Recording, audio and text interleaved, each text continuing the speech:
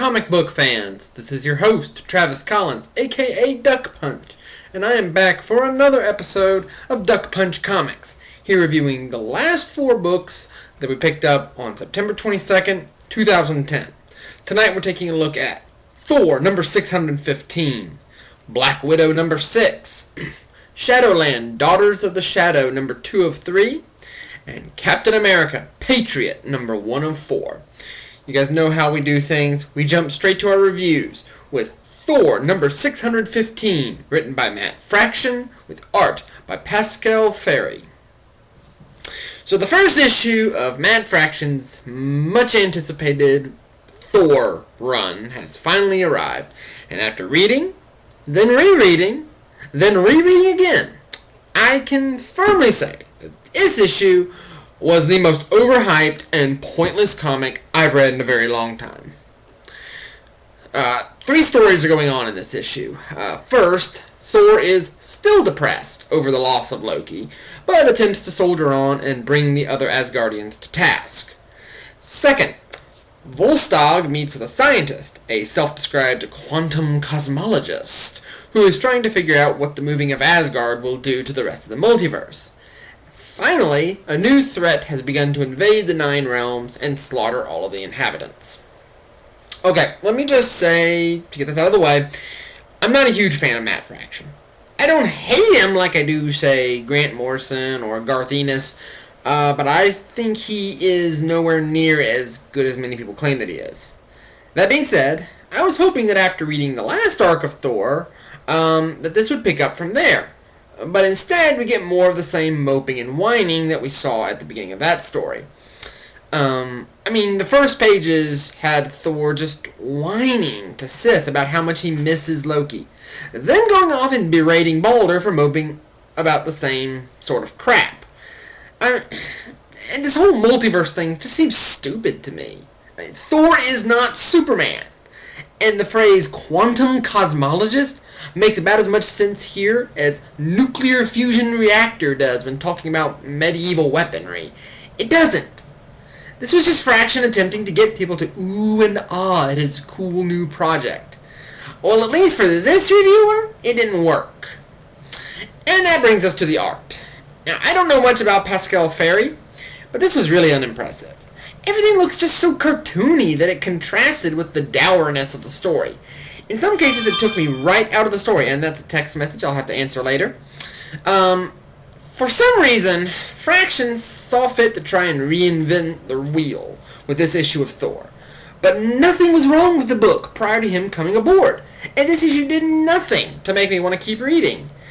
Out of a devotion to the title, and she apparently still wants to talk to me, I will stay on it for a few more issues to see if something good shakes loose, but I now officially have my doubts. Next up, Black Widow number 6, written by Dwayne Straczynski, with art by Manuel Garcia. In his first outing as the new writer for this series, a longtime favorite of mine, Straczynski, does a great job of kicking off a new adventure for Marvel's resident super spy in brilliant style. Natasha Romanoff, aka Black Widow, attempts to intervene in an assassination plot by another secret agent called Fatal, who is in fact she's trying to assassinate the son of a former vice presidential candidate. Unfortunately, Natasha has been implicated as having an affair with the aforementioned candidate, the revelation of which caused him to commit suicide.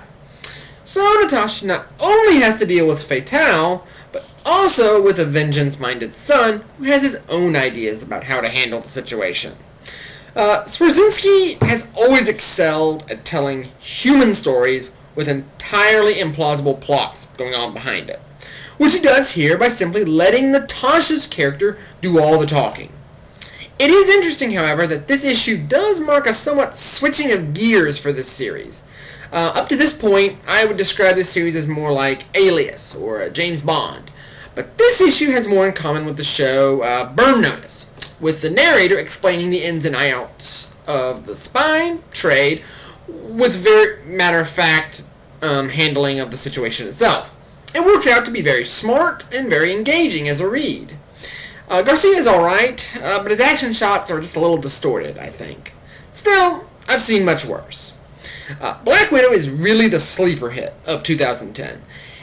Each issue does a great job of selling the character and getting the reader, meaning me, just a little bit more into her world. This is a damn fine read. Next up, Shadowland, Daughters of the Shadow, number 2 of 3, written by Jason Henderson and Ivan Rodriguez. And yea, didst the Lord say unto thee, meh, I really don't care about anything going on in this. Colleen Wing and her new crew of ninjas attempt to do some good by going after a human trafficking operation in New York City, though her subordinates have their own less than heroic methods of dealing with the criminals.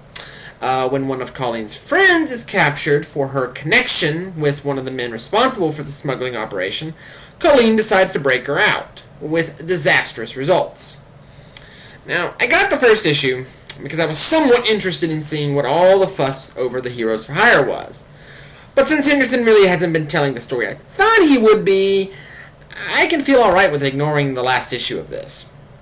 Now, Rodriguez is still very good, though not as good as the last issue, though I might have to admit that my opinion might be colored by my overall lack of interest in this issue's events. While not exceptionally bad, Daughters of the Shadow just doesn't feel like anything that I need to be paying attention to. With so many other tie-ins and comics of the same sort of genre and caliber out there right now, this miniseries just feels like one giant side story with no real relevance. So, I would ignore this one. Last up, Captain America, Patriot, number 1 of 4, written by Carl Kessel, with art by Mitch Berteweiser. Now, I know this book technically came out last week, but I finally got to reading it this week. Dear sweet Christmas, this was awesome.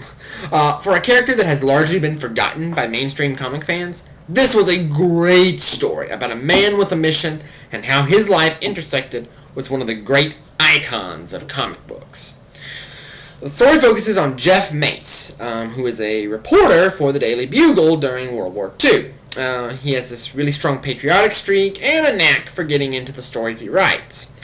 After a run-in with Captain America, Mace adopts the secret identity Patriot and starts seeking to aid in keeping the home front safe while Captain America and the invaders are busy in Europe and beyond.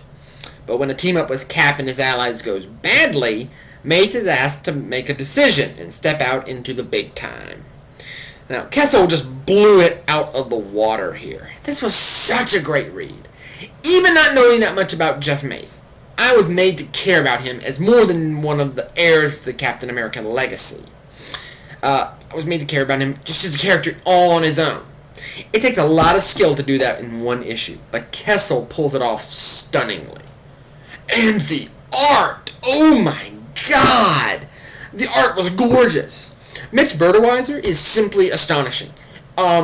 This is one of the best looking books I've read all month. Captain America Patriot is a fantastic book, in the same tradition as the Marvels project. If it had come out this week and not last week, it would easily be in running for Book of the Week.